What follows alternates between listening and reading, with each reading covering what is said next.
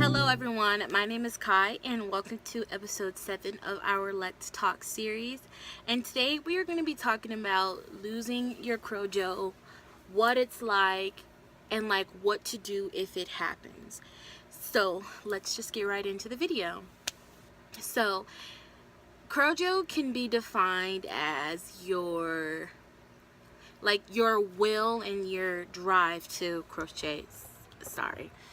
That's your CroJo. It's like when people say it's just a play on words for mojo. That's it. And as crafters, especially I'm speaking more specifically to the crochet community, we lose our CroJo. We do go through times when we're like, I don't want to work on anything. I don't want to crochet. I just don't want anything to do with it. And you just want to relax. Or it happens a lot to people who usually sell for pay. They tend to lose their CroJo a lot. And back when I was trying to sell, I lost my CroJo. Or it just happens around, yes, gifting times, Christmas, birthdays, things like that, to where you are constantly crocheting, and that's all you're doing. And then you just look at your cook and you're like, nah, I don't want it. And I'm just here to tell you guys that you can lose your CroJo and it's 100% okay. You are not gonna get excommunicated or exiled from the community because you say that you don't want to crochet 100% of the time.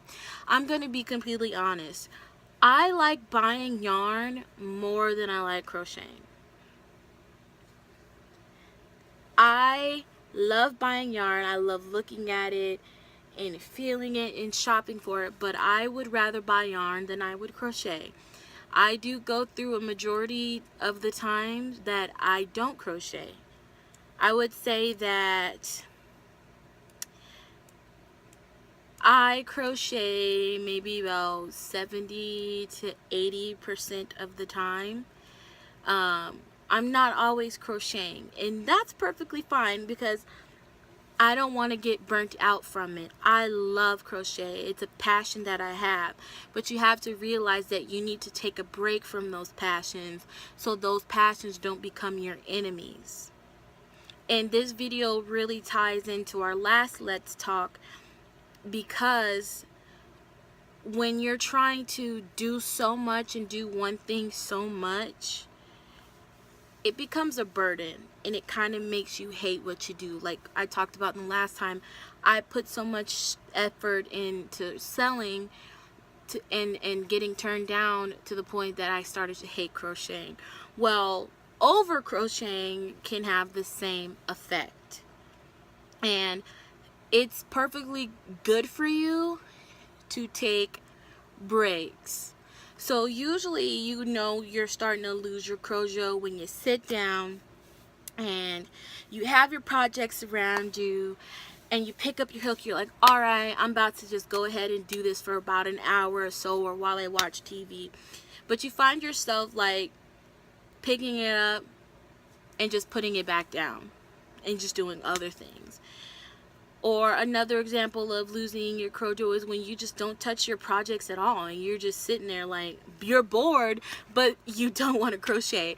That happens to me a lot. I'll sit there and I'm like, wow, I'm so bored. Like there's nothing for me to do. But I have like 50 projects in the crochet corner and I'm not doing any of those projects because I don't want to crochet.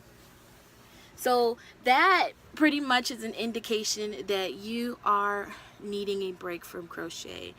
Or the more physical signs of needing a break is cramping hands, your wrists hurting, just your eyes hurting from, just focusing on one thing too much.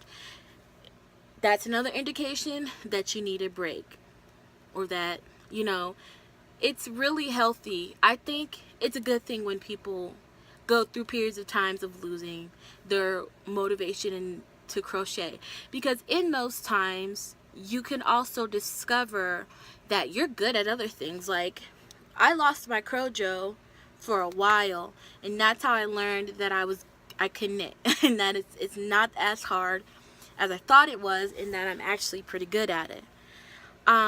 Losing my CroJo was the time I discovered that YouTube is what I wanted to do, and that making videos and doing tutorials is what I wanted to do.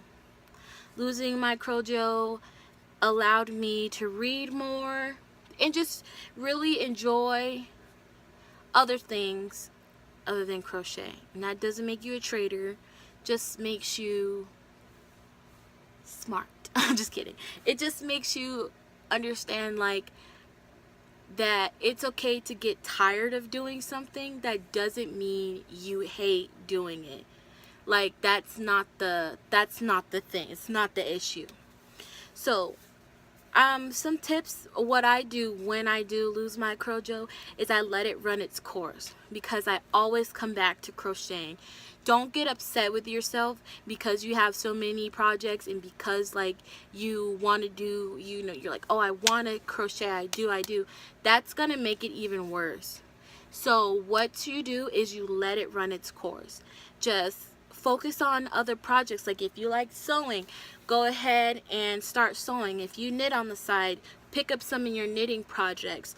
Never force yourself to do something, because it's going to have a negative effect on you.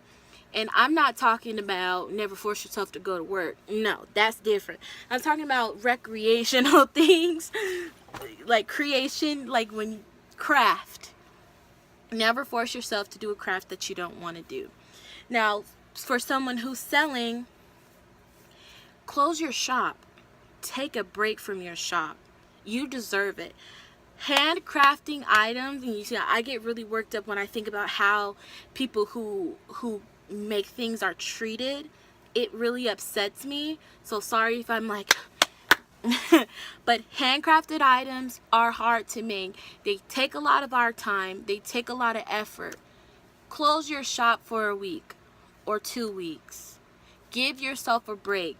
Don't sit there and accept orders upon orders upon orders and get burnt out and start hating what you do. That's where the issue comes in. That's where losing your CroJo can be a good thing, because you need a break.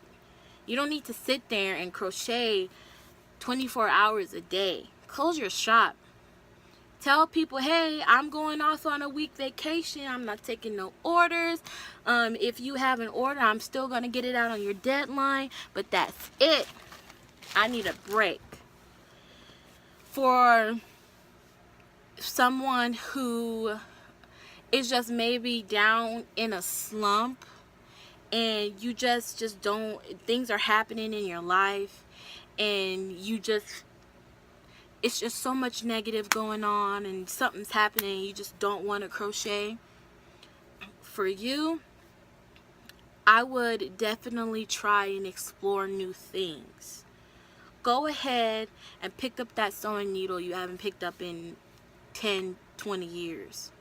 Pick up that knitting project that you didn't do, you haven't done in a couple months. Do something else. Because we usually like to neglect the things that we love when we're upset.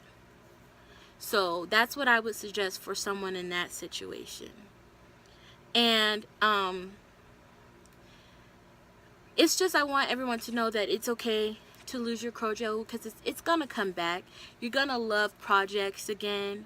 Right now, I'm not in a state of loss. I'm more of, hey, I really want to finish my socks. So other things that I was crocheting, I'm not necessarily worrying about right now. But it's not like I lost my CroJo or anything like that. I just definitely really want to focus on getting projects out one at a time, so that I can stop having new projects, if that makes sense. So tell me what you guys think, as far as if somebody is going through something similar, like what type of tips that you would have. Because I know maybe I'm wrong, but there isn't one person who can just crochet every day.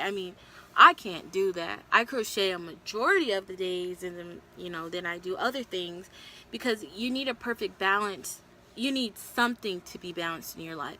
Like, life's not gonna allow you to have a perfect balance, but I'm just saying, like, for me, my crafting time and my YouTube time is something that I can totally control.